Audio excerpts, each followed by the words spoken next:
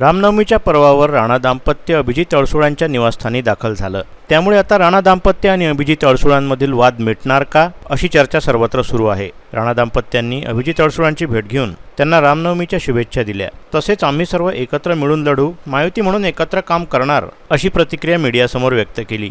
तर अभिजित अडसुळ यांनी पाहुणे घरी आले की त्यांचं आपण स्वागतच करत असतो अशी प्रतिक्रिया दिली।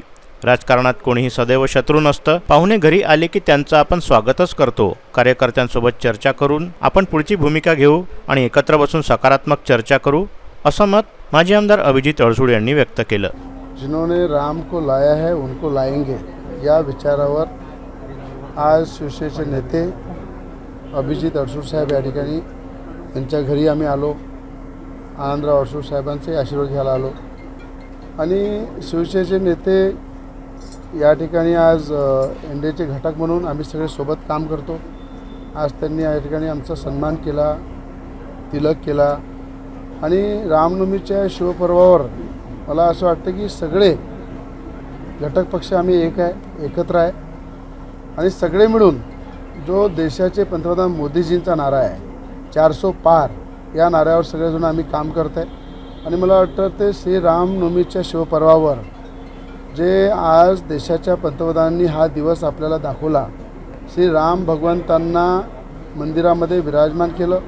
आज पहिली रामनवमी आहे की अयोध्याला श्री राम भगवंताचं मंदिर झालं, राम भगवंत विराजमान झाले। त्यानंतर पहिली रामनवमी संपूर्ण देशामध्ये, विश्वामध्ये ज्या धामधुमीने साजरी होत आहे आणि या शिवपर्वावर मी खऱ्या अर्थानं आनंदराव अडसुळ साहेबांचा आशीर्वाद घ्यायला आलेलो आहे। या ठिकाणी आमचे मित्र अभिजित अडसुळ साहेब आहे आणि मला असं वाटतं की आम्ही सगळे एकत्र आहे आणि एकत्र मिळून देशाच्या पंतप्रधानांचा ताकद मजबूत करू आणि 400 पारच्या नाऱ्यावर काम करू। अनेक वर्षापासून जर पाहिलं तर अडसुळ आणि राणा हा वाद आपण माहिती आहे सगळ्यांना, आता हा वाद शमला असं समजायचं। आता अभिजित अडसुळ साहेबांनी सांगितलं की राजकारणामध्ये कधी कायम कधी शत्रू नसते, कायम कधी मित्र नसते आणि सगळे आम्ही एकाच विचारधारेचे आहे आणि विचारधारेचे असल्यानंतर आपल्या देशाचे पंतप्रधान मोदीजी यांचं जे कार्य आहे त्या कार्यानुसार मला वाटते आज रामनवमीचा दिवस आहे, जिसने राम को लाया उनको लाएंगे हा सगळ्यांचा नारा आहे आणि त्या नाऱ्यावर आम्ही काम करणार आहे। शेवटी ही प्रथा परंपरा आहे महाराष्ट्राची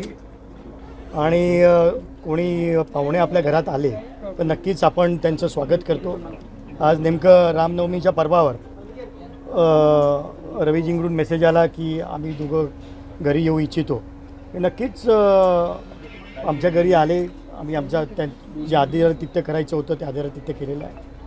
बघा, राजकारणात कोणी परमनंट शत्रू नसतो किंवा मित्र नसतो। खास करून आज ही जी लढाई चालू आहे ही देशाच्या पंतप्रधानांसाठी आज सगळीकडे चालू आहे। 400 पारचा आकडा एका ठिकाणी धरलेला आहे आणि देशाचं नेतृत्व जे नरेंद्र मोदी साहेब करत आहेत त्यांच्यासाठी सगळेच्या सगळे लढण्यासाठी तयार होते। आमचे पदाधिकारी आजही स्टँड बायवर आहेत, परंतु कुठेतरी नक्कीच पॉझिटिव्ह चर्चा आता हे गेल्यानंतर आम्ही नक्की बसून चर्चा करू आणि नक्कीच काहीतरी पॉझिटिव्ह आउटकम त्याच्यामधून येईल। आज भूमिका अजून घ्यायची बाकी आहे।